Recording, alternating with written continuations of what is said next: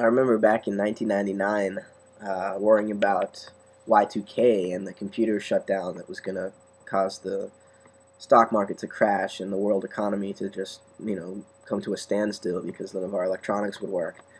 And then, the year 2000 happened and nothing occurred, nothing bad happened, and everyone was like, well, the millennium doesn't really start until 2001, so we'll wait and see. And then 2001 happened, and nothing especially eventful, although there are disasters taking place now that, it's hard to measure if there are more natural disasters taking place now than there were in the past, or if it's just the same old story over again.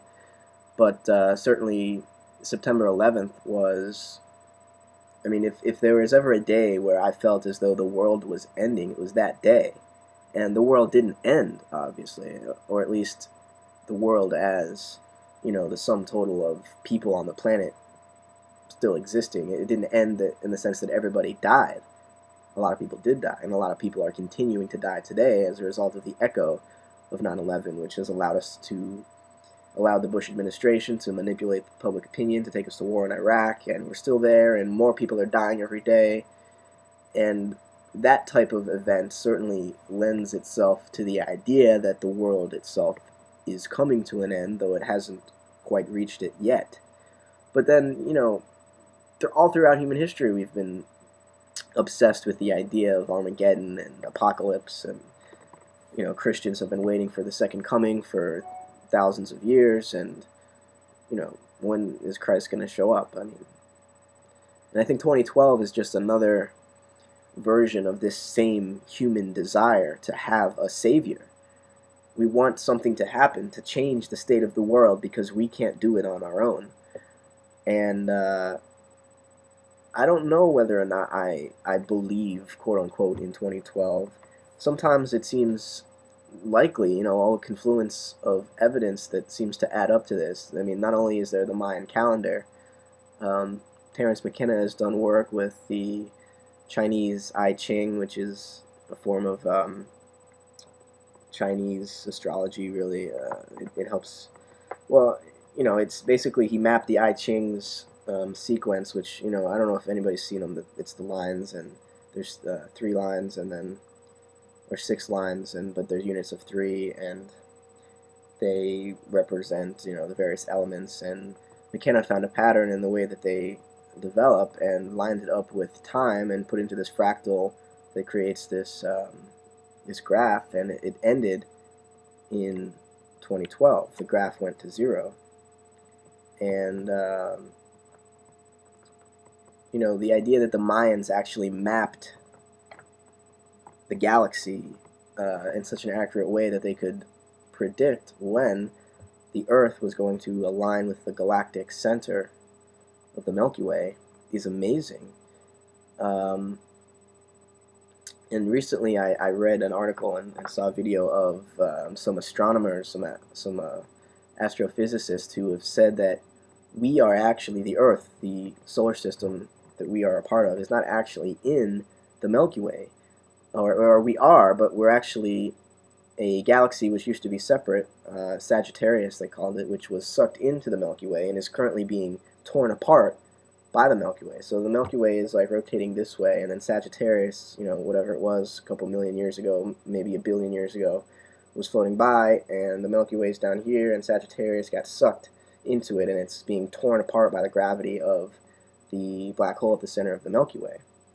And it appears that, this is a totally unrelated scientific finding, it appears that the location of the Earth in Sagittarius is going to come through the galactic equator of the Milky Way pretty much right around 2012.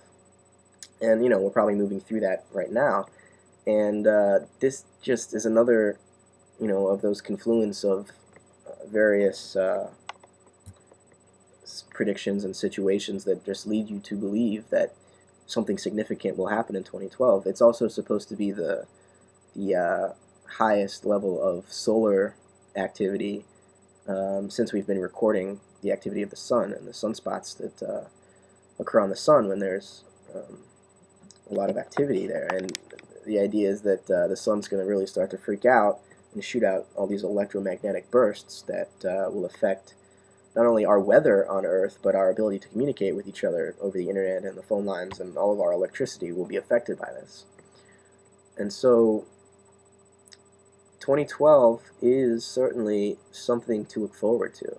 I mean, it's the end of the world, but what is the world? The world is an idea, our way of conceptualizing the things that we do on a day-to-day basis and how they add up to this bigger picture called society and government and, all of these ideas that we have that we don't experience at that abstract level.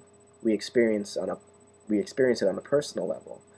And somehow through communion with other people, we support these abstract notions of society, for instance, and the world that we don't ever actually see. I mean, we can say, yeah, this is the world right here, but this is not the world. This is my room. This is my computer screen. That's my window with my backyard outside. It's a part of the world, but I don't get to see the whole world. So to say the world is going to end really just means it's going to change. Our idea of the world is going to change. Or that's how I see it. The end of the world, Armageddon, apocalypse, these don't mean everybody dies.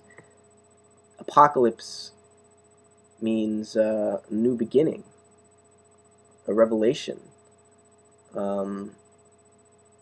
Not necessarily the destruction of, though great destruction does sort of ready the field for seeds to sprout and for creation to occur in this fertile soil, which has been, after a volcano explodes, the ash, initially the lava destroys all the foliage and plants and animals, but the ash then seeps into the soil and is very nutrient rich, so the forest comes back stronger than ever after a few years. So I think that's maybe what 2012 is about, and I hope the destructive aspect of it isn't